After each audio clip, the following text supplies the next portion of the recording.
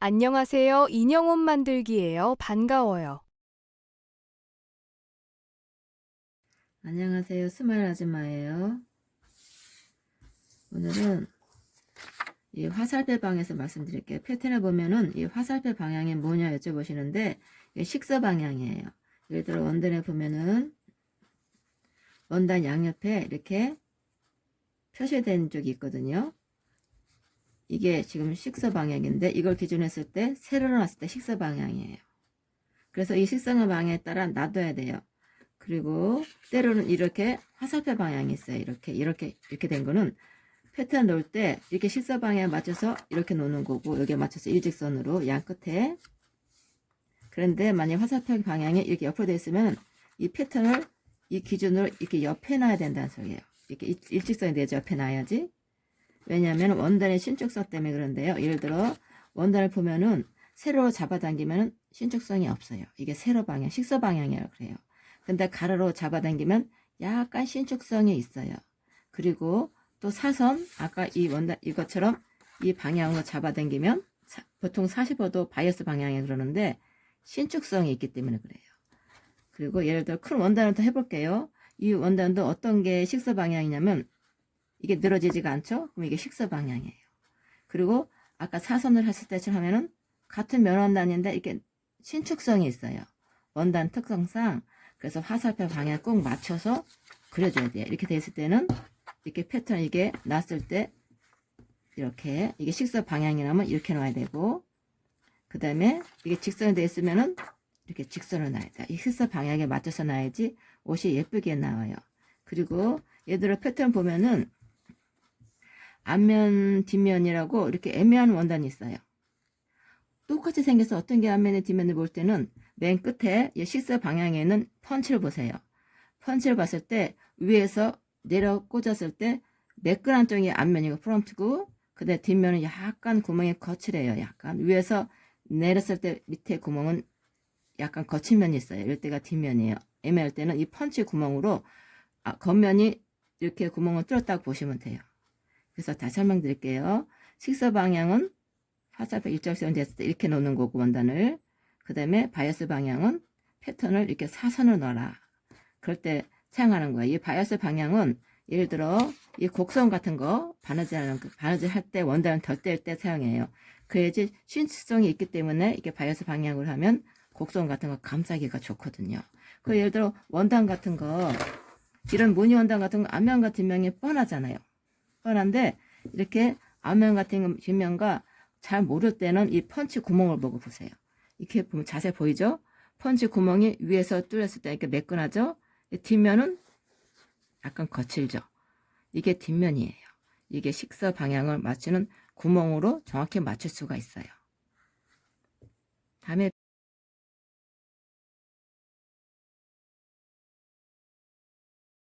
안녕하세요. 스마일 아줌마예요. 인형옷에 가장 많이 쓰이는 펜을 소개할게요. 이거는 수혜형 수성펜인데요. 물에 담은 지워지는 펜이고요. 이거는 샤프형으로 된 초크예요. 초크 펜슬이고요. 이거는 열사펜이에요. 즉 다리미 온도에 지워지는 거예요. 제가 인형옷을 시작한 2000년도 초기만 해도 이 두 가지 많이 썼는데 요즘에는 이 열사펜을 제일 많이 쓰는 편이에요. 이렇게 참고하시고 보세요. 그 다음에 옷 그리는 패턴 그림 법을 가르쳐 드릴게요. 패턴에 보면은 인형옷에 많이 보이는 부분이 이 반원형일 거예요. 반원형 두 개는 제가 어떤 것을 표시하는지 어떻게 그리는지 설명해 드릴게요. 제가 셔츠라 빨리 진행되기 때문에 미리 그려놨어요. 처음에 그릴 때 이렇게 반원형부터 그려주는 거예요. 이렇게 딱 대고 이렇게 그려준 다음에 이때 중요한 점은 이게 중심일 때 중심 표시 위아래 꼭 표시를 해주세요. 이 기준으로 바로 옆에 뒤집어서 이렇게 그려주라는 뜻이에요. 이렇게 이 반원형이 보이면은 몸판이든 모자든 어떤 소품이든 인형 옷이든 바로 옆에 한쪽을 더 그려주면 되는 거예요.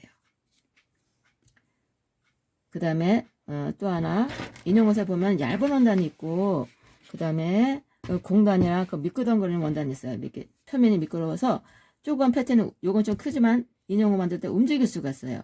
그럴 때는 가장 여기는 게 제가 쓰는 방법인데 딴 사람은 쓰는 거 못 봤는데 저는 이걸 마스킹 탭을 써요. 마스킹 탭을 하나 준비하면은 가장 여기는 쓸 수 있는데 예를 들어 테이프 움직이는 부분에 이렇게 붙여주세요. 붙여준 다음에 그려주시고 그 다음에 옆에 그릴 때는 이렇게 떼서 바로 옆에 또 움직이지 않게 지금 요건 좀 커서 괜찮은데 잘 미끄러운 원단일 때가 너무 얇은 원단 움직일 때는 조금만 몸판 그릴 때는 이게 여기네 다시 그려주면 되고 다 그런 다음에 이걸 띄우면 되니까 이 마스킹 테이프를 추천드려요.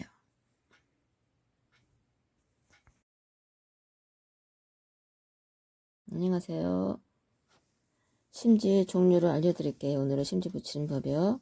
지금 보이는 거는 실크 심지예요. 보세요.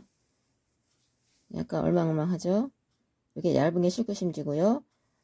또 색깔도 검정색, 또 흰색도 여러 가지 있어요.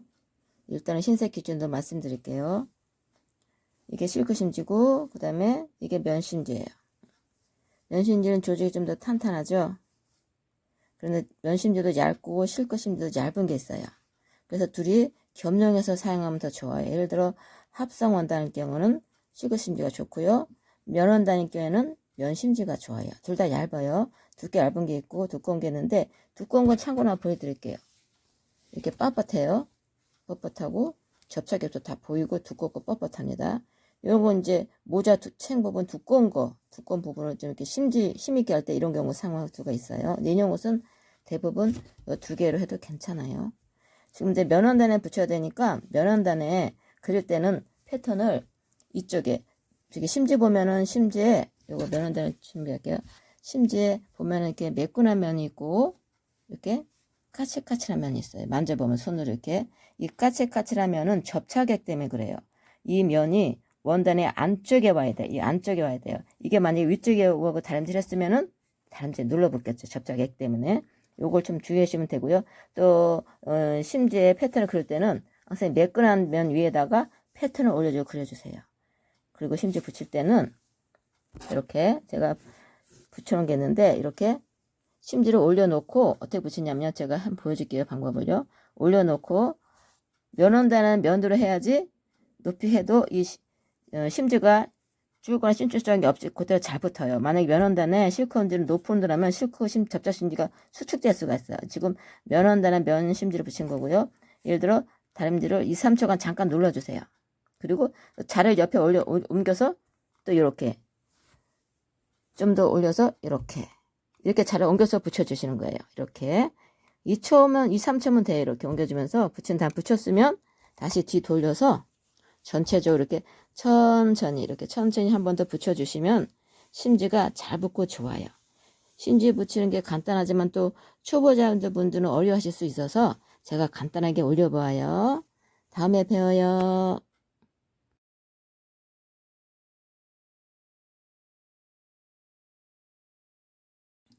식사 방향은 난 펀치를 가고 앞뒤 구분하는 건 방금 했고요. 그래서 원단에 그려줄 때는 이 패턴 같은 경우는 이렇게 주머니 위치 같은 게 있죠. 이럴 때는 미리 이렇게 빼놓고 하는 게 좋아요. 그래서 나중에 주머니 위치 그리기가 편하거든요. 그리고 원단의 패턴을 가지고 원단에 그릴 때는 항상 이게 비슷한 원단이지만 펀치 구멍으로 안팎을 구별했으면 안쪽에다 그려주는 거예요. 안쪽 면에다가.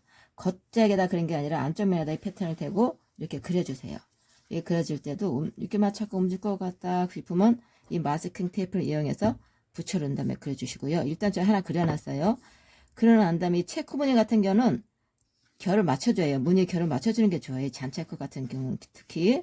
그래서 다음에 그릴 때는 여기도 보면은 식사 방향 있죠? 이렇게 세로 놓고 그린 거예요. 이게 정상이고요.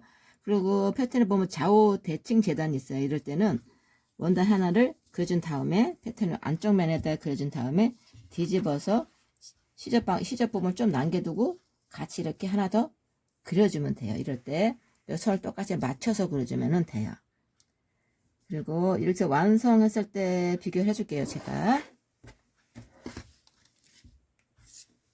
이 완성한 옷인데 이 체크 보면은 이 좌우 대칭이 무늬가 똑같죠? 제가 보여드릴게요. 무늬가 보면은 이렇게 가로줄 무늬가 똑같이 맞죠, 이렇게. 이게 언밸런스 나면 아마도 모양이 덜 예쁘거든요. 그래서 요거를 맞춰주면, 적어도 앞판을 맞춰주면 좋고요. 소마 같은 경우도 끝에 라인을 이렇게 서로 이렇게 맞췄죠. 이렇게 좌우 라인이 맞죠, 이렇게. 본개성이 이렇게 맞죠, 이렇게. 좌우 라인이 이렇게 맞죠, 이렇게 언밸런스 안 나고. 이런 거 좀 더 신경 쓰시면 되고, 소매라는 움직이는 라인이라 그 정도 신경 쓰시면 되고, 그 다음에 몸판 이렇게 했을 때 주머니 같은 경우도 이게 봤죠? 가로 줄무늬가 똑같이 맞는 거. 이 주머니지만 이 세로 줄무늬도 똑같이 이게 맞아졌거든요. 이러면 완성도가 훨씬 예쁘고 좋아요. 그래서 체크 무늬 같은 거는 좌우 무늬를 살피자 이런 게 좋고요. 주머니 같은 경우 일부러 이렇게 세로로 이렇게 무늬를 세로로 놓기도 하잖아요. 그래서 좀 그럴 경우 아니고 정상적인 경우라면은 이런 게 좋아요. 이렇게 맞춰주는 게 훨씬 예쁘고요. 일부러 또 사각으로 놓기도 해요. 저 체크 무늬 할 때는 좌우 무늬를 맞춰서 하는 게 좋다 이 말씀 드리려고 초보자분들 위해서 또 모르시는 분들을 위해서 이렇게 올려봤어요. 무늬가 훨씬 낫죠? 좌우 무늬를 맞추니까. 코트 같은 경우는 이제 방금 설명했다시피 이렇게 좌우를 줄 맞추면 좋지만 또 일부러 그렇지 않은 경우도 있어요. 제가 예를 들어 볼게요. 이 치마 같은 경우도 보세요. 여기는 무늬가 이렇게 돼 있죠. 직선으로 맞춰야 되면 여기도 이렇게 돼야 되겠죠. 근데 이건 일부러 이렇게 윗부분을 주름치마 같은 경우 사선을 한 거거든요. 이렇게 해서 여러분들도 꼭 이렇게 직선을 다 맞춰야 된다 생각하지 마시고 내 취향에 따라 바꾸셔도 돼요. 이 같은 경우도 주름치마 돋보기에서 제가 이 선을 안 맞추고 이렇게 주름치마는 위에 격자무늬가 안 맞추게 했거든요. 요것도 보면 이 치마도 이것도 치마인데 일부러 이게 가로 세로 있는데 사선 모양을 한 거거든요. 그러니까 이 개인 취향이나 내 디자인 원하는 것 따라서 모양을 굳이 안 맞춰도 될 때도 있다는 것을 말씀드려요.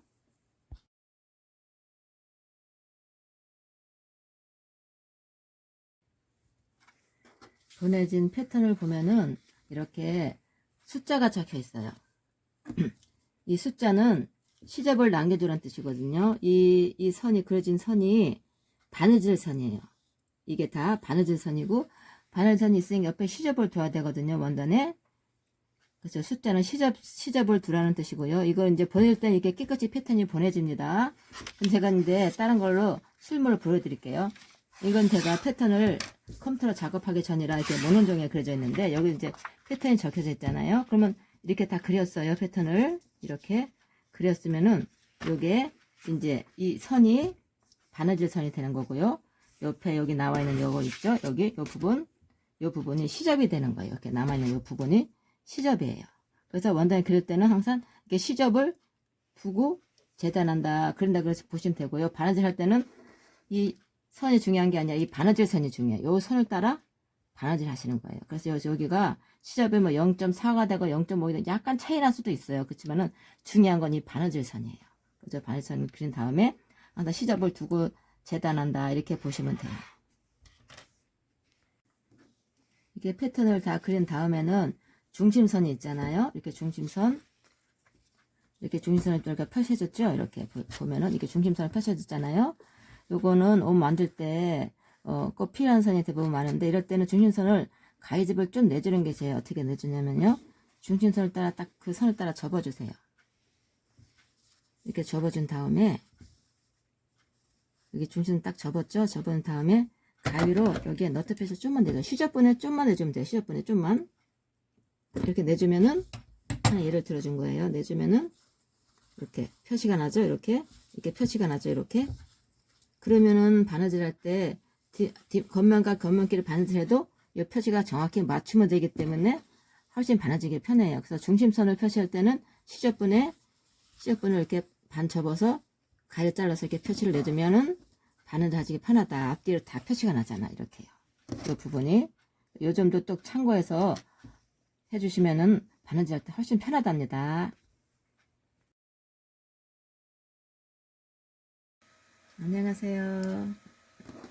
곡선 바느질 할 때나 처음에 바느질 할 때 얇은 거로 바느질 하다 보면 찝혀요. 앞에가. 이럴 때는 이렇게 종이를 맞물려서 하면은 여기 맨 끝에가 원단이 찝히지가 않아서 좋아요. 이렇게. 처음에 시작부터 끝할 때는 얇은 종이 A4 용지 같은 거 잘라서 쓰면 돼요.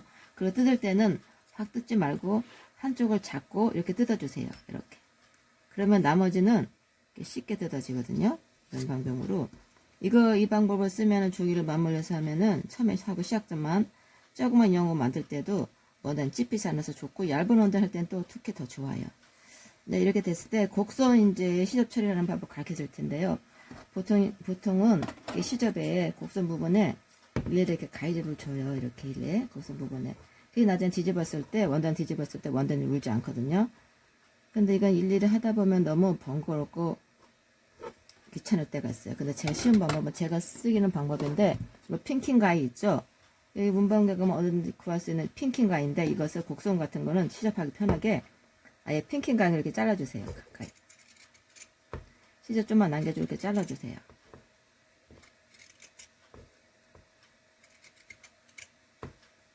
이렇게 잘라주면 일일이 곡선, 이 넓은 곡선을 모자 만들 때나 혹은 또 곡선이 많은 부분에 할 때 치마 단이나 뭐 필요할 때가 있어요. 그때 일일이 가위질 하지 않아도 핑크 가위 이렇게 한 번으로 이렇게 잘라만 주면 뒤집었을 때 똑같이 예쁘게 돼요.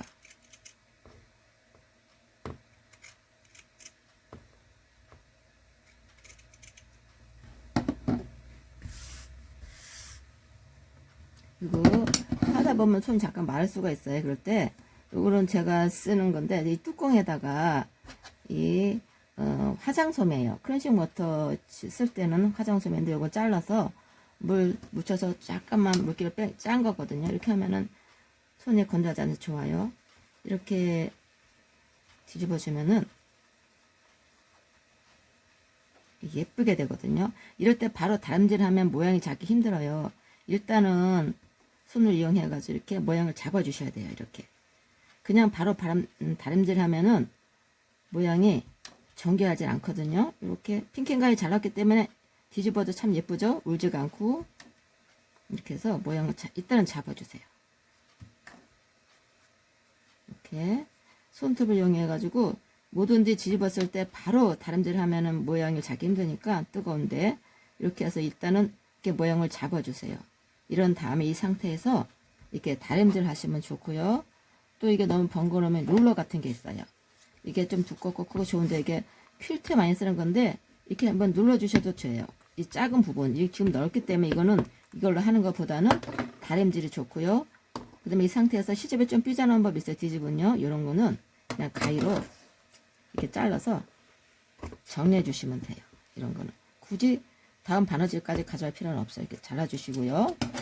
그 다음에 제가 너트 표시를 저번에 가르쳐 주셨죠. 이렇게 중심에 표시한 너트 표시.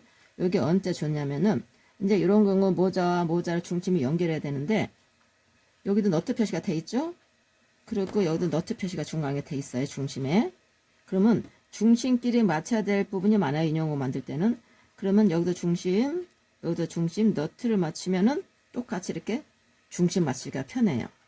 그런 다음에 이제 나머지 선을 맞추면 되거든요. 그래서 제가 너트 표시 설명해 드린 게 중심과 중심을 너트 표시 하시면 이렇게 초구선이 안 보여도 맞추기가 편해요.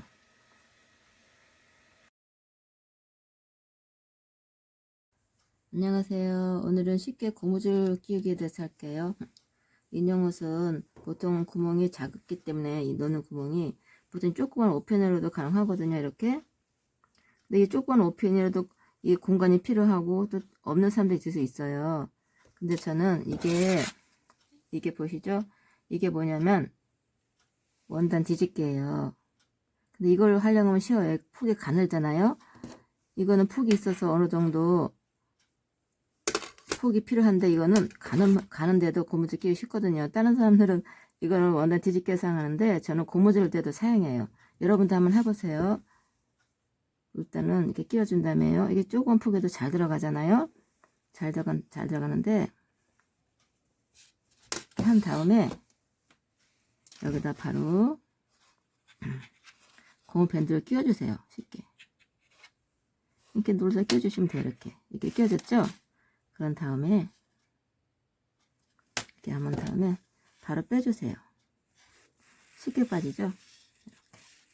그래서 조금 폭에 요런 그래도 폭이 되는데 작은 인형 폭에 고무줄 끼기 힘들 때는 이거 원단 뒤집개를 사용해 가지고 쉽게 되는 방법 알려드려요. 쉽죠?